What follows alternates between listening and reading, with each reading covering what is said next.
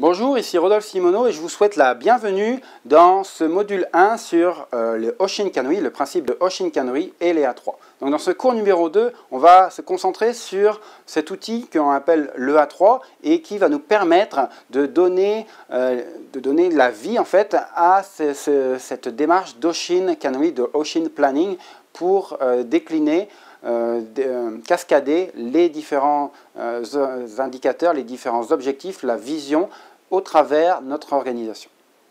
Donc à quoi ressemble un A3 ? Finalement c'est très simple. Un A3 c'est une feuille évidemment A3 dans laquelle on va retrouver le titre du projet. Donc si on parle d'un A3 sur un projet, on va donner le titre du projet, on va résumer le contexte du projet, la situation du projet, les objectifs du projet, donc un peu décrire avec des mots. Généralement, on le fait de façon manuscrite, de manière à minimiser les temps d'élaboration de ces A3. On est là dans une démarche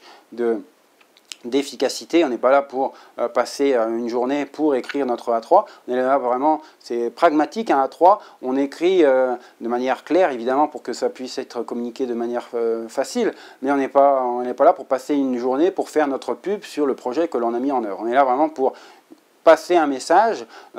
et vraiment se concentrer sur l'essentiel, et donc idéalement c'est de manière manuscrite. Donc le titre, on l'a dit, un résumé du projet avec ses objectifs, une identification de la problématique et différentes investigations que l'on a menées pour résoudre cette problématique, et les causes racines identifiées, les solutions que l'on a mises en œuvre ou que l'on veut mettre en œuvre, et le plan d'action associé avec les dates, les responsables,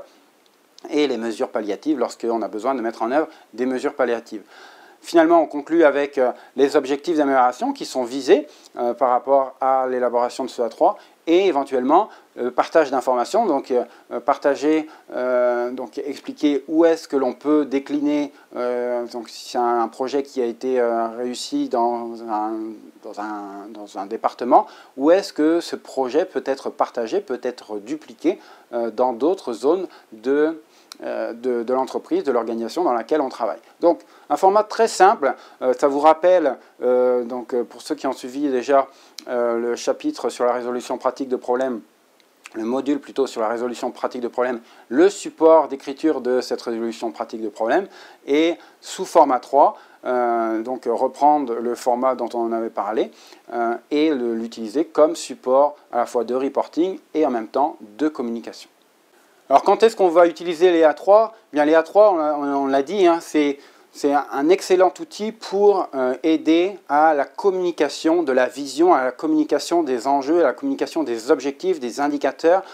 dans cette démarche de Oshin Planning. Donc ça doit être un outil qui doit mettre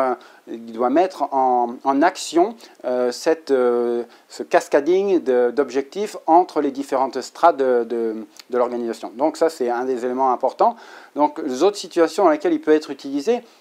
des projets, des nouveaux projets pour confirmer les objectifs, la méthodologie, les ressources impliquées et les résultats attendus. Le reporting mensuel, les rapports mensuels de performance pour communiquer les progrès aux différentes personnes qui font partie du service ou du département concerné. La résolution de problèmes, on l'a vu, le A3 de résolution pratique de problèmes, pour expliquer le problème, l'avancement, l'état des lieux, le suivi. L'état d'un projet, pour communiquer si c'est des gros projets, pour faire une mise à jour, une mise à niveau de tout le monde sur l'état des lieux du projet, où est-ce qu'on en est, et puis quelles sont les prochaines étapes. Et finalement, beaucoup d'autres opportunités de communication associées à cet outil de A3 qui est à la fois simple, pragmatique, facile à mettre en œuvre et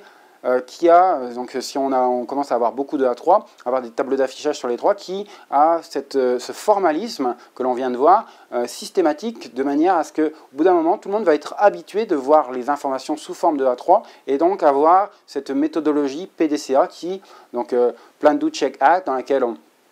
a la situation actuelle, on la décrit, on évalue le problème, on identifie les causes racines, on identifie les plans d'action, les indicateurs à atteindre, les objectifs et le suivi qui va par derrière. Donc toujours cette démarche en PDCA qui va tranquillement rentrer à la fois aussi dans les supports de communication via les A3 et rentrer dans toujours ce qu'on appelait cette démarche holistique de la méthodologie Lean Manufacturing. Il n'y a pas